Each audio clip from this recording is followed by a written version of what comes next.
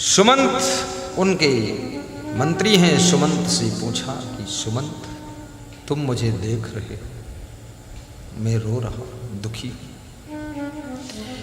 कोई महाराजा रोने लग जाए तो ज्यादा दुख होगा तभी रो सकता, क्योंकि उसको अपने मान सम्मान का भी तो ख्याल है। और ये भी याद रखना, आपका दुख प्रकट करने के लिए भी कोई स्थान चाहिए, कोई व्यक्ति चाहिए जिसके सामने अपना दुख प्रकट कर सको, दुख का कारण बता सको, दुख की बात कह सको। और वो ऐसा व्यक्ति होना चाहिए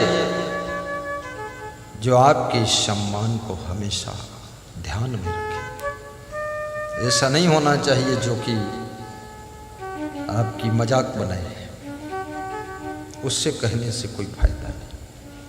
कहो उसी से जो आपका दुख दूर कर दे खुशी से।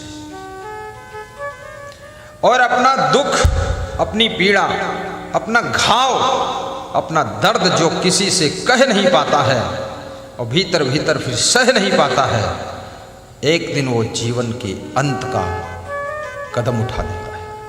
ऐसा मैंने कई लोगों को देखा है। इसलिए मित्र एक हो या दो हो,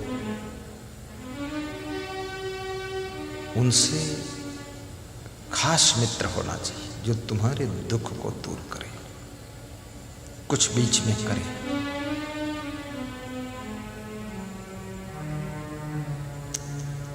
और पत्नी को भी मित्र का स्थान दिया गया है। ये बहुत बड़ी बात है।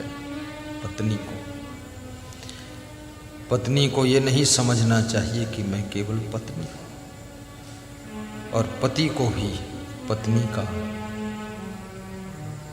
मित्र बताया गया है कि दोनों पति पत्नी तो हैं, लेकिन दोनों मित्र भी हैं। कभी कभी मित्र भाव से समकक्ष में अपने अपने दिल की बात करें। शंकर भगवान और पार्वती जी कभी कभी आपस में संवाद करते थे। आजकल पति पत्नी संवाद तो कम करते हैं, विवाद ज्यादा करते हैं। अभी शाहजहानपुर से एक सज्जन आए थे तो कह रहे थे कि हमारे पति पत्नी में बहुत विवाद हो जाता है। बोले पति जी क्रोध बहुत करते हैं। तो मैं कुछ बोला नहीं। फिर राजस्थान के सज्जन थे, बोले हमारा ड्राइवर बहुत क्रोध करता, गुस्सा बहुत करता।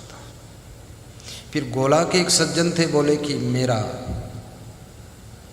ये जो पति है ये बहुत गुस्सा करता है, पूरा घर तबाह हो गया।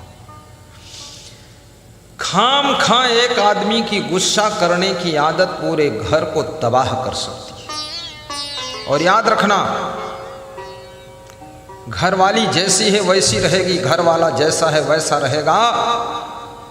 गुस्सा करने से तुम्हारी सुख शांति भस्म हो जाए। कोई अगर सोचता हो कि पूरा सुधार दूं, महाराजा दशरथ नहीं पूरा किसी को सुधार पाए, राम भगवान नहीं सुधार पाए पूरा, थोड़ा लोग सुधर जाएंगे।